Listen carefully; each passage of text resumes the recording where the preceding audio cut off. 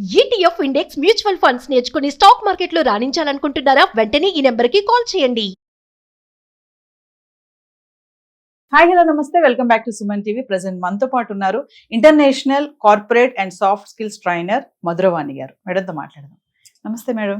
నమస్తే నవీన గారు. ఇప్పుడు చాలా మందికి జాబ్ వచ్చే వరకు ఒకలా ఉంటారు. అవును, సరే ఇంకా జాబ్ వచ్చేసింది, ఇంకా రేపటి నుంచి మనం జాబ్ చేస్తున్నాము అన్నప్పుడు ఒక 1 వీక్ 1 మంత్ అయిపోయాక ఇంకా చూడండి అక్కడి నుంచి మారిపోతారు వాళ్ళు. అవును, జాబ్ వచ్చేసింది కదా, నేను ఎలా ఉంటే నాకేంటి, నా వర్క్ ఎలా ఉంటే నాకేంటి, 10 to 8 అవర్స్ ఉందో 9 అవర్స్ ఉందో చేసుకున్నాం వచ్చేసాం అనుకుంటారు. అక్కడ చాలా మంది సక్సెస్ అవ్వరు, మధ్యలోనే బయటకు రావడం కూడా చూస్తూనే ఉన్నాం మనము. అసలు జాబ్ వచ్చాక దాన్ని సర్వైవ్ చేసుకోవాలి అంటే ఎన్ని సజెషన్స్ ఈరోజు మా వ్యూవర్స్? తప్పకుండా అండి. చాలా మంది జాబ్ రాగానే అమ్మయ్య నా లైఫ్ సెట్ అనుకుంటారు. కాకపోతే అస్సలు గేమ్ ఇక్కడ నుంచి స్టార్ట్ అవుతుంది. జాబ్ రాగానే అమ్మయ్య ఇంకా శాలరీ వస్తుంది, మంత్ ఎండ్కి మంచిగా ఎంజాయ్ చేయొచ్చు, సేవింగ్స్ ఏమేమో ప్లాన్స్ చేసుకుంటారు. కాకపోతే తర్వాత మీరు ఎలా సర్వైవ్ అవుతారు అది మెయిన్. ఇక్కడ జాబ్ వచ్చింది, మీ టైం 9 to 6, మీరు 10కి వెళ్తే డ్రాప్ ఆఫ్ ఎందుకు అయిపోతారు, ఎందుకు తీసేస్తారు కంపెనీ నుంచి, ఎందుకు లే ఆఫ్ చేస్తారు? మీరు టైం సెన్స్ పాటించకపోతే 9కు ఉన్న దానికి మీరు 10కి వెళ్తే ఎలా? ఆబ్వియస్ గా అక్కడ రిజెక్ట్ చేస్తారు కదా టైమింగ్స్. ఇంకొకటి కమ్యూనికేషన్. ఇప్పుడు మీరు ఒక టీమ్ తో వర్క్ చేస్తారు, ఇన్ని రోజులు స్టూడెంట్ లైఫ్ అయిపోయింది, మీ కార్పొరేట్ వెళ్ళినప్పుడు టీమ్ వర్క్స్ ఉంటాయి, టీమ్ ప్రాజెక్ట్, టీమ్స్ కలిపి చేస్తారు. టీమ్ తో కమ్యూనికేషన్ బాగుండాలి, వాళ్ళతో మంచిగా కమ్యూనికేట్ అయ్యి అందరితో కలిసిపోయేలాగా మంచి బాండింగ్, మంచి ర్యాపోర్ట్ బిల్డ్ చేసుకోవాలి.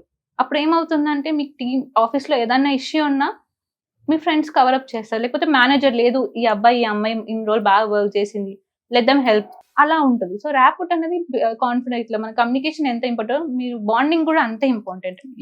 టీమ్ మెంబర్స్ తో కానీ, మీ మేనేజర్ తో కానీ, మీ సీనియర్ మేనేజర్ తో కానీ. ఇంకా చాలా మంది మనం ఇందాక ఒక వీడియోలో మాట్లాడుకున్నట్టు కాన్ఫిడెన్స్, కొంతమంది తెలియకపోయినా వర్క్ కూడా ఓవర్ కాన్ఫిడెన్స్ గా ఉంటారు.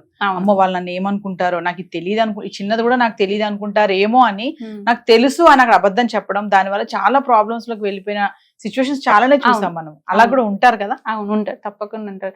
అంటే ఇప్పుడు మనకి ఒక ప్రాజెక్ట్ కి డెడ్ లైన్ అనేది ఉంటది వాళ్ళకి. కొంతమంది ఓవర్ కాన్ఫిడెన్స్ చేసేద్దాంలే, ఎంతసేపు 1 hour లో 2 hours లో నేను చేసుకుంటాము అనుకుంటారు. బట్ ఒక్కసారి ఆ కాన్ఫిడెన్స్ లో మీరు చేయలేకపోతే అనుకోండి, మీకు నెగిటివ్ రిమార్కే కదా. మీ మేనేజర్ ముందు మీకు నెగిటివ్ రిమార్క్, టైంలో మీరు సబ్మిట్ చేయలేదా నెగిటివ్ రిమార్కే వస్తుంది కదా. సో కాన్ఫిడెన్స్ ఉండాలి, కానీ ఓవర్ కాన్ఫిడెన్స్ ఉండకూడదు వర్క్ లో. కాన్ఫిడెన్స్ ఉండి చూసుకోవాలి. నేను చెప్పినట్టు మీ కమ్యూనికేషన్, మీ టీమ్ అందరితో కలిసి మీరు వర్క్ చేసుకుంటా వెళ్తే మీకు ఇంప్రెషన్ చాలా బాగా ఉంటుంది కార్పొరేట్స్ లో. కొంతమంది ఉంటారు మాకు జాబ్ వచ్చేస్తుంది దానికి, తర్వాత ఆ వర్క్ చేయలేరు, ఆ వర్క్ దానికి రాదు, నేర్చుకోలేరు, ఆ స్కిల్స్ లేవు, ఆ టాలెంట్స్ లేవు. సో అక్కడ నుంచి ఏం చేస్తుంటే ఇంకొక జాబ్ కి రన్ అవ్వడం, మళ్ళీ అక్కడ కూడా అంతే కొద్ది రోజులు చేయడం, అక్కడ కూడా చేయలేక భయం అనుకోవాలా, నేర్చుకోవడం రాదనుకోవాలా, మళ్ళీ అక్కడ నుంచి ఇంకొక దాన్ని జంప్ చేస్తా ఉంటారు చాలా మంది. ఒకదాని అది ఎంతవరకు కరెక్ట్ అంటారు? చాలా తప్పండి. అంటే మీకు ఇప్పుడు మీ రెజ్యూమ్ ఎక్స్పీరియన్స్ వాళ్ళు రెజ్యూమ్ మెన్షన్ చేస్తారు కదా. సో మీరు 2 months ఓ కంపెనీ, 2 months ఓ కంపెనీ షిఫ్ట్ అయ్యకుండా వెళ్తుంటే, ఇప్పుడు మీ డ్రీమ్ కంపెనీ అనుకోండి అది, అప్పుడు మీ రెజ్యూమ్ చూసి వీళ్ళు 2 months 3 months కానీ ఎక్కువ చేయనప్పుడు మన కంపెనీలో ఎలా ఎక్కువ రోజులు ఉండగలుగుతారు అని రిజెక్ట్ చేస్తారు. మీరు స్టెబిలిటీ ఉండాలి ఏ కంపెనీలో అయినా. మీరు ఒక 2-3 years 3-4 years లాంగ్ టర్మ్ చూసుకుంటే మీకు ఫ్యూచర్ బాగుంటది. కొంతమంది ఏం చేస్తారంటే శాలరీ హైక్ కోసం, లేకపోతే వర్క్ ఎన్విరాన్మెంట్ నచ్చక, కంపెనీ కల్చర్స్ నచ్చక, వర్క్ ప్రెషర్ నచ్చక వాళ్ళు షిఫ్ట్ అవుదామని చూస్తుంటారు. బట్ అది చాలా నెగిటివ్ ఇంపాక్ట్ వస్తుంది. ఒక స్టెబిలిటీగా ఉంటే, ఇప్పుడు మీ డ్రీమ్ జాబ్ వస్తుంది, వాళ్ళు మీ రెజ్యూమ్ చూసినప్పుడు అరే ఈ అబ్బాయి 4 years ఒకటే కంపెనీలో అంటే నమ్మకస్తుడు, నమ్మకం అనేది అక్కడే ఏర్పడుతుంది. సో షిఫ్ట్ అవ్వే కన్నా మీరు స్టెబిలిటీగా ఒక కంపెనీలో 4-5 years వర్క్ చేస్తే మీరు నెక్స్ట్ వెళ్ళినప్పుడు మీకు శాలరీ హైక్ పెరుగుతుంది అండ్ మేము నమ్మకం కూడా కుదురుతుంది. ఏ సెక్టర్ లో అయినా ఒక ఎంప్లాయీ కానీ ఎంప్లాయర్ కానీ చేసే మిస్టేక్ ఏముంటుంది అంటారు? మిస్టేక్ వచ్చేసి ఓవర్ కాన్ఫిడెన్స్ ఒకటి. నేను చేయగలుగుతాను, నన్ను ఎవరు ఆపేస్తారు, నాకు వచ్చు, అంతా నాకే తెలుసు అనుకోవడం. మనకు తెలియని చాలా ఉంటాయి. సో మీరు ఏ కంపెనీ వెళ్ళినప్పుడు ఎట్లాగో టీం వర్క్ ఉంటుంది ప్రతి దాంట్లో.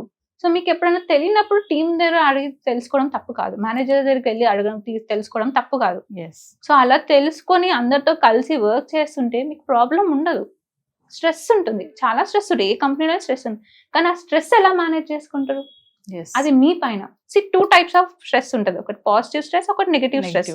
ఆ స్ట్రెస్ ని మీరు పాజిటివ్ గా తీసుకుంటారా నెగిటివ్ తీసుకుంటారా అనేది మీ పైన ఉంటుంది. సపోజ్ పాజిటివ్ స్ట్రెస్ అనుకోండి, ఇప్పుడు మీకు డెడ్ లైన్ ఉంది, రేపటి వరకు ఆ డెడ్ లైన్, మీరు స్ట్రెస్ ఉంటారు, అయ్యో ఇవ్వలేదు అని. అప్పుడు మీరు ఏం చేస్తారు, అయ్యిందేదో అయిపోయింది, సో ఇప్పుడు నెక్స్ట్ ఏం చేయాలి? సో వర్క్ ని డివైడ్ చేసుకొని, టీమ్ తో వర్క్ డివైడ్ చేసుకొని కంప్లీట్ అయ్యేలా చేసుకోవాలి. ఇప్పుడు ఆ స్ట్రెస్ లో నుంచి మీరు బయటికి వస్తున్నారంటే అది పాజిటివ్ కదా, మీకు మంచి కాంప్లిమెంట్స్ వస్తాయి మేనేజ్మెంట్ నుంచి. నెగిటివ్ స్ట్రెస్ అనుకోండి, అక్కడే ఆగిపోతారు మీరు. ఈ స్ట్రెస్ నేను భరించలేను, నేను చెయ్యలేను అని క్విట్ చేసేస్తుంటారు. సో అది మీరు పాజిటివా నెగిటివా అనేది మీ చేతిలో ఉంటుంది. సో ఇవన్నీ మీరు మేనేజ్ చేసుకుంటేనే మీరు కార్పొరేట్ లో సక్సెస్ అవుతారు. ఇవన్నీ చూసుకొని వెళ్తే లీడర్షిప్ క్వాలిటీస్ కానీ, మీ కాన్ఫిడెన్స్ కానీ, కమ్యూనికేషన్ కానీ, ర్యాపో కానీ, ఇవన్నీ ఉంటేనే మీకు నెక్స్ట్ ఇప్పుడు మీరు 2 years వర్క్ చేస్తారు, ఇవన్నీ మీట్లో మీరు బాగున్నారు. సో డెఫినెట్లీ మీకు ప్రమోషన్ ఛాన్స్ ఉంటుంది కదా. మీరు ర్యాపో అన్నారు. కొంతమంది చాలా రిజర్వ్డ్ గా ఉంటారు, అంటే ఎవరితో కమ్యూనికేషన్ ఉండదు, ఏముండదు, బట్ వర్క్ సిన్సియర్ గా చేస్తారు. తన వర్క్ తను చేసుకుంటా ఉంటారు, ర్యాపో మెయింటైన్ చెయ్యరు. అంటే తన నేచర్ అనుకోవాలా లేదంటే భయమే అనుకోవాలా, చాలా రీజన్స్ ఉంటాయి. రిజర్వ్ గా ఉండడం అనేది ఇట్స్ కరెక్ట్ ఆర్ రాంగ్ అంటే ఏ ఆస్పెక్ట్ లో కరెక్ట్ ఉంటుంది, రాంగ్ ఉంటుంది అంటే? నేను మీకు ఒక ఎగ్జాంపుల్ చెప్తాను. 2 ఎంప్లాయీస్ ఉంటారు, రాము, రమేష్. రాము ఏమో చాలా రిజర్వ్డ్ గా ఉంటాడు. ఆయన పని ఏదో ఆయన చూసుకొని వెళ్ళిపోతాడు. కంపెనీలో ఏమైనా ఆయనకు సంబంధం ఉండదు, ఆయన పని ఏదో ఆయన చూసుకొని వెళ్ళిపోతాడు. రమేష్ వచ్చి ఆయన వర్క్ చేస్తారు, టీంతో బాగుంటారు. టీంకి ఏమన్నా సపోర్ట్ కావాలన్నప్పుడు ఆయన ఫస్ట్ ఉంటారు. టీంకి ఏమన్నా ఎఫెక్ట్ అయినప్పుడు కూడా ఆ రెస్పాన్సిబిలిటీ తన పైనే తీసుకుంటారు. అందరికి ఏం కావాలని హెల్ప్ చేస్తారు, ప్రాజెక్ట్ ని లీడ్ చేస్తారు. కంపెనీకి ఏదైనా సమస్య వచ్చినా కానీ వాళ్ళ హెల్ప్ సపోర్ట్ చేస్తారు. ఇప్పుడు మీరు చెప్పండి, కంపెనీ రాముని మెచ్చుకుంటుందా, రమేష్ ని మెచ్చుకుంటుందా? ఆబ్వియస్లీ రమేష్ ని కదా. సో మీరు అట్లా రిజర్వ్డ్ ఉండద్దు. మీరు ఒక కార్పొరేట్ లో వెళ్ళినప్పుడు మీ టీం వర్క్ అండి, కార్పొరేట్ కంపెనీస్ అంటేనే టీం వర్క్. సో మీరు రిజర్వ్డ్ ఉండే కన్నా అందరితో మెల్లిగా కలవడము, మాట్లాడడము, ఇది బిల్డప్ చేసుకుంటే, ఈ కమ్యూనికేషన్ బిల్డప్ చేసుకుంటే మీకు చాలా హెల్ప్ అవుతుంది. ఇట్లా రిజర్వ్డ్గా ఉంటే మీరు అక్కడే స్ట్రక్ అయిపోతారు.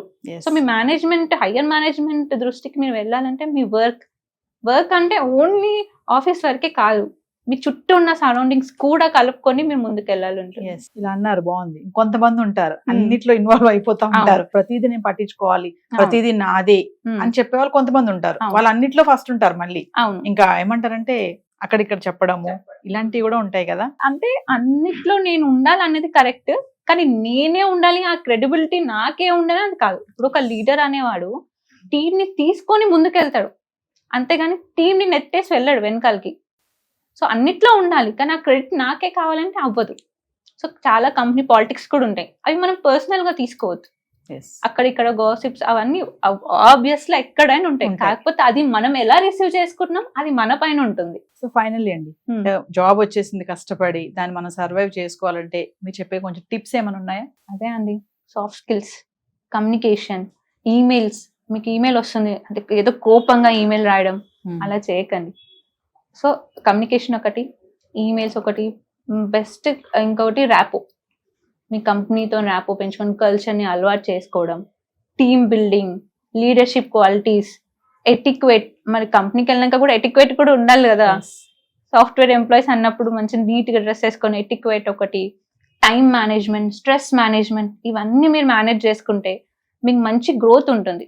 అంటే ఇది మీకు ప్రొఫెషనల్ కూడా కాదు, పర్సనల్ గ్రోత్ కూడా ఉంటుంది. మీ యాటిట్యూడ్, మీ పర్సనాలిటీ, సో ఇవన్నీ మీరు మేనేజ్ చేసుకుంటే మీకు ప్రొఫెషనల్లీ అలాగే పర్సనల్ కూడా చాలా హెల్ప్ అవుతుంది. Thank you.